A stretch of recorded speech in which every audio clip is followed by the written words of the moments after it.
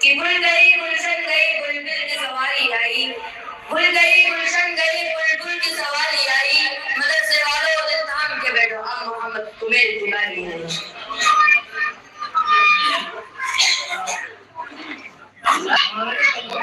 السلام علیکم ورحمۃ اللہ وبرکاتہ۔ بسم اللہ الرحمن الرحیم، الحمد للہ رب العالمین، والصلاة والسلام على سيد الأنبياء والمرسلين وعلى آله وأصحابه أجمعين، أما بعد، فأعوذ بالله من الشيطان الرجيم، بسم الله الرحمن الرحيم، إنا نحن نزلنا الذكر وإنا له لحافظون، وقال رسول الله صلى الله عليه وسلم: خيركم من تعلم القرآن وعلمه، أو كما قال عليه السلام۔ عجب نہیں کہ بدل دے اسے نگاہیں تیری، عجب نہیں کہ بدل دے اسے نگاہیں تیری، بلا رہی ہے تجھے ممکنات کی دنیا۔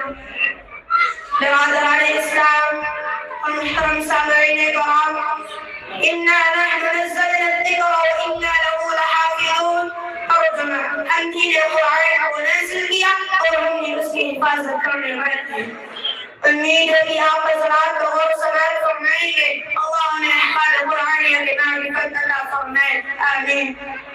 جب اہل مکہ نے قرآن کریم کو بلاغ اللہ و کتاب سے نہیں نوازا اور معجزہ ہونے کا انکار کر دیا، اس کتاب کا انکار کیا جس کے بارے میں ارشاد ربانی ہے لا ریب فیہ، اس میں کوئی شک نہیں، تو رب کائنات نے تمام فصحائے عرب بلغاء عرب سے تحدی اور چیلنج کیا کہ تم ایک دو نہیں بلکہ بہت سارے مل کر بھی اس قرآن کی جیسی ایک چھوٹی آیت بھی نہیں لا سکتے۔ اگر تم اپنے قول میں صادق ہو تو لا کر دکھاؤ، قرآن کی اس طرح نقشہ کھینچا۔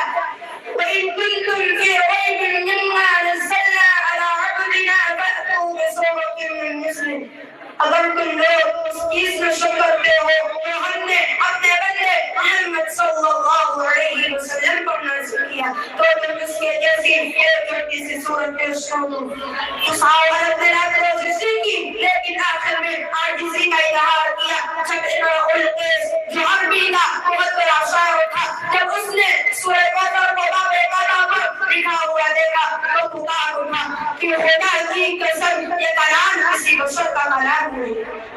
برادران اسلام، آیت میں آپ حضرات کو اصل قرآن سناتا ہوں۔ جب کسی آدمی کے بارے میں یہ اندازہ لگانا چاہو کہ یہ عاصی ہے یا نیک یا صادق ہے یا کاذب تو اس کے متعلقین پر نظر ڈالیں، اگر وہ صحیح ہے تو وہ سب کی صحیح، اگر اس کے متعلقین غلط ہے تو وہ سب کی غلط۔ ایسے ہی جب ہم قرآن کریم کی فضیلت پر نظر ڈالیں، اگر قرآن کریم کی وفات پر نظر ڈالیں، اگر قرآن کریم کی عظمت پر نظر ڈالیں، اگر قرآن کریم کی عظیمت پر نظر ڈالیں، اگر قرآن کریم کی رحمت پر نظر ڈالیں تو اس سے پہلے ہم قرآن کریم کے متعلقین پر نظر ڈالتے ہیں اور دیکھتے ہیں تو سب سے پہلے تعلق نظر آتا ہے رب کائنات جو اس کے قرآن ہے، جو خالق و جہاں ہے، جو مالک و رحمان ہے، صاحب ایمان فرمانا مہربان ہے۔ یہی ہمارا ایمان ہے، جو اس کا منکر ہے وہ شیطان ہے۔ کلام الملوک ملوک الکلام، بادشاہوں کا کلام کلاموں کا بادشاہ ہوتا ہے۔ لہذا پتہ چلا کہ قرآن سب سے اعلیٰ ہے، قرآن سب سے اعلیٰ ہے، قرآن کریم کو جس کی کتابوں پر فضیلت حاصل ہے۔ آگے چلے، قرآن کریم کا دوسرا تعلق نظر آتا ہے لوح محفوظ، جو تختی ہے، جو عرش کے اوپر ہے، وہ کرے جو عرش کے اوپر ہو، جس کی نفاذ نے کسی کو کیا شک ہو سکتا ہے، جس کی عظمت نے کسی کو کیا شک ہو سکتا ہے، جس کی فضیلت نے کسی کو کیا شک ہو سکتا ہے، جس کی ربوبیت نے کسی کو کیا شک ہو سکتا ہے۔ اعلیٰ مرتبہ عرش کے لیے اعلیٰ مرتبہ نماز تجویز کیا گیا، لوح محفوظ سے آئیں گے اور متعلقین پر نظر ڈالتے ہیں تو قرآن کا تیسرا تعلق نظر آتا ہے لیلۃ القدر، اس لیے کہ لوح محفوظ سے قرآن کو آسمان دنیا پر اسی رات میں لایا گیا۔ یہاں پر نہ جبریل کا واسطہ ہے، یہاں پر نہ میکائیل کا واسطہ ہے، یہاں پر نہ اسرافیل کا واسطہ واسطہ ہے نہ بنی اسرائیل کا واسطہ ہے۔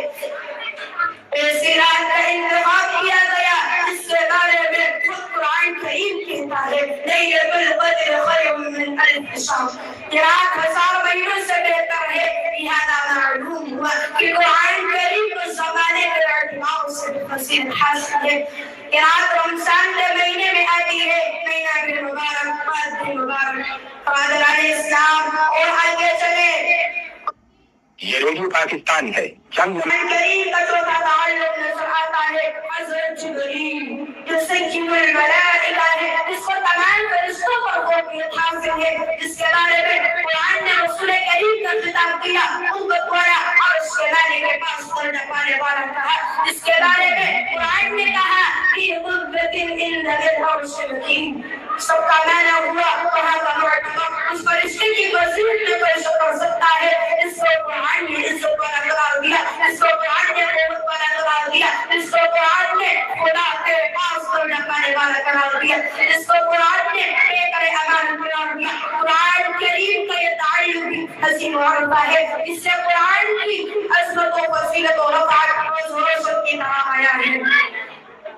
قرآن کریم کا پانچواں تعلق ہے مکہ و مدینہ، ان زمین کا وہ حصہ ہے جہاں سے زمین کی ابتدا ہوئی، جو زمین تمام زمینوں سے زیادہ فضیلت رکھتی ہے۔ اس جگہ پر جنگ و جلال کرنا حرام ہے، یہ جگہ لا المعن ہے۔ اور آگے چلے، قرآن کریم کا چھٹا تعلق نظر آتا ہے قلب ماہ انسان صلی اللہ علیہ وسلم، وہ قلب جس کو آج سمسم سے چار مرتبہ دھویا گیا، سمسم سے جس کو 55 میں دھویا گیا، سمسم سے جس کو 30 سال کی عمر میں دھویا گیا، سمسم سے جس کو پانے ہلا میں دھویا گیا، سمسم سے جس کو معراج میں دھویا گیا۔ سبحان اللہ سبحان اللہ، قرآن کا ایک تعلق عظمت و عزت ہے، اس سے قرآن کی عظمت و فوقیت، عزت و رحمت فضیلت اظہار الشمس ہوتی ہے۔ قرآن کریم کا ایک تعلق امت محمدیہ سے ہے، اس کو امت خیر کہا گیا۔ قرآن کریم میں کوئی ایسا تعلق نہیں اس میں تھوڑی سی بھی مدد ہو۔ برادران اسلام، قرآن کریم ایک دستور حیات ہے، قرآن کریم ایک جامع قانون ہے، قرآن کریم تمام علوم کو بندشتہ ہے، قرآن کریم ایک ایسا مکمل نظام ہے جس میں زندگی کا ہر پہلو بیان کیا گیا۔ قرآن کریم ایک ایسا کیمیائی نسخہ ہے جس سے ہم دنیا و آخرت کی عظمت و شوکت حاصل کی جا سکتی ہے۔ افسوس کے ساتھ کہنا پڑتا ہے کہ آج کا مسلمان قرآن کی عظمت سے ناواقف، قرآن کی برکت سے ناواقف، قرآن کی رفعت سے ناواقف، قرآن کی رحمت سے ناواقف، قرآن کی فضیلت سے ناواقف، قرآن کی اہمیت سے ناواقف۔ جب محضر انسانیت صلی اللہ علیہ وسلم نے قرآن کا عوام الناس کے سامنے سنایا تو باطل میں سر و ہوا کو توحید و ایمان کی دیر بخشی، نفرت و عداوت رکھنے والوں کو حکم و شرافت کا سبق سکھلایا۔ پتھر کا کلیجہ رکھنے والے عمر رضی اللہ عنہ نے قرآن کو پڑھا اور سنا تو دست رسول صلی اللہ علیہ وسلم پر ایمان قبول کیا اور قاتل ہونے جا رہے تھے لیکن قائل ہو کر واپس ہوئے۔ برادران مکرم، تاریخ کے اور افسائی ہے، داستان عرب، اختلافات، تنازعات، نفرت و عداوت، جہالت و گمراہی کے دلدل میں گھسی ہوئی تھی، لیکن جب انہوں نے قرآن کریم کو اپنا دستور زندگی بنا لیا تو اختلافات کی جگہ اتفاق و اتحاد آ گیا، تنازعات کی جگہ نفرت و شرافت آ گئی، نفرت و عداوت کی جگہ محبت و صداقت آ گئی۔ اس لیے کہ قرآن کریم نجات و رحمت ہے عاصیوں کے لیے، قرآن کریم بیان رحمت ہے شکستہ دلوں کے لیے، قرآن کریم کا صحبہ خیر اللہ ہے گمراہیوں کے لیے، قرآن کریم مینار نور ہے دار پسندوں کے لیے، قرآن کریم قوت و وحدت ہے میرے عقل کے لیے، قرآن کریم قوت و محبت ہے نفرت و عداوت رکھنے والوں کے لیے۔ برادران عزیز، آج کا مسلمانوں کے لیے پریشان مساف جہالت و گمراہی، علت و زوال کا سبب یہ ہے کہ مسلمانوں نے اسلامی احکام سے بے عنایت برتی ہے، قرآن تعلیمات کو اپنا دستور زندگی نہیں بنایا، آیت قرآنیہ اور تعلیمات اسلامیہ کو اپنا رہبر نہیں بنایا۔ پریشان ہونے کی ضرورت نہیں، کسی شاعر نے کہا مسلمانوں نے گھبراؤ خدا کی شان باتیں ہیں، مسلمانوں نے گھبراؤ